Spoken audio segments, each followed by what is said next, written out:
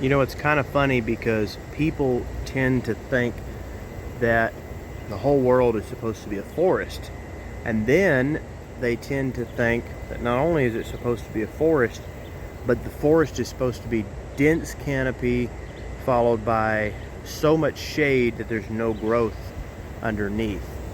And when I look at a lot of the reports, I actually think that forest back in the day for many thousands of years actually looked more like this right here.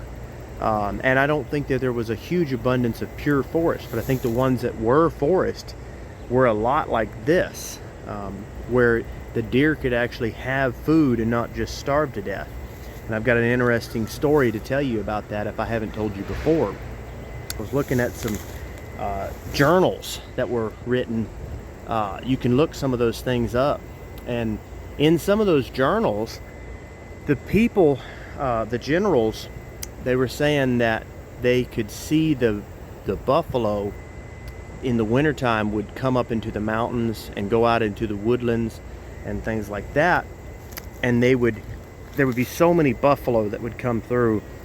They would tear out all of the weeds and all of the little brush and all of the underbrush and things like that, and they would actually come through and hit like a dead tree and knock over dead trees, and you would end up with all kinds of dead trees. And if y'all have been following me much on the pig experience that we've been having, then y'all have seen how the pigs that we even have in our little wood lot, all of the dead bamboo, they're knocking over so much dead bamboo out there that they're actually letting in light in that bamboo wood lot and allowing new growth to come up beyond that.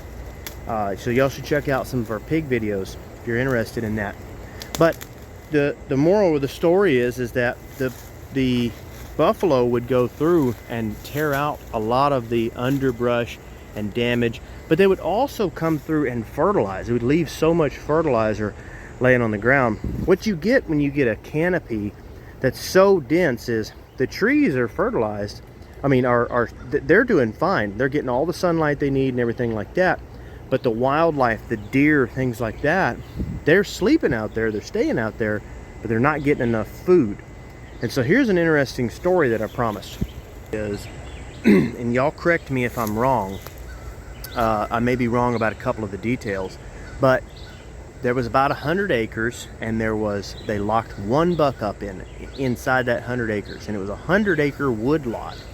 And what ended up happening is they finally had to turn the buck out because the buck almost starved to death.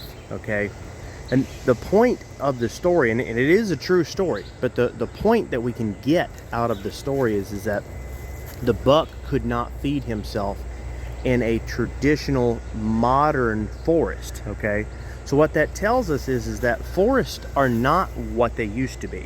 People tend to think that forests are just like what we see the forest are, the way they are now, and they think that's how the whole world should be.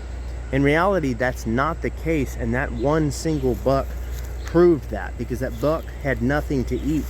He didn't have all of this forage down on the ground. There wasn't all of this sunlight down in here. You know, these are grape leaves. Even cattle can eat grape leaves and get something out of it. You know, there's a lot of different grasses here. Even cattle can eat grasses, you know. So there's quality forage here that all manner of different animals can eat. Now, it's not a pasture. It's not a rich, lush pasture that cattle are going to get a huge amount out of, but there's a lot of broadleaf here and a lot of opportunity. So that helps with biodiversity. That helps with the trees. The trees themselves are going to do better here. Everything here is going to do better. Now, trees do need a fungal environment, not a bacterial environment, but everything is going to do better by the biodiversity.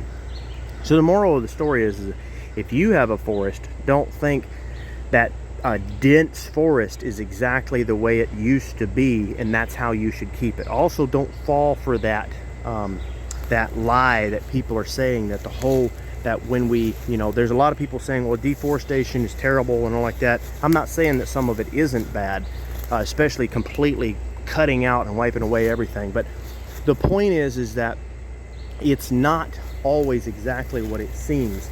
You know, there was a lot of woodlands and there was a lot of grasslands for thousands of years. and there was a huge, absolute huge amount of animals. If you go back and read those journals, read through a lot of the journals and the history that the generals experienced, the things that they actually saw, and then you talk to some Native Americans and listen to their history, you start to realize that the world back in the day was a lot different than we have been led to believe. So anyway, I just thought that was kind of inspiring. I really like this little wood lot.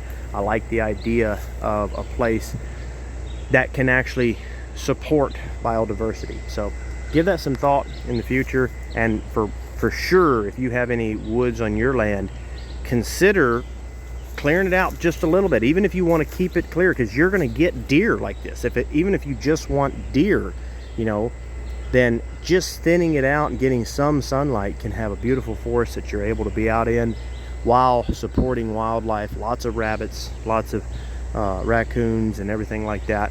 But also, you could always bring in pigs. You could do all sorts of things out here. So come to our channel and check some of that stuff out if you want to learn how to do those types of things. Making silvopasture, making woodlots, working with animals, figuring out how to do things like that.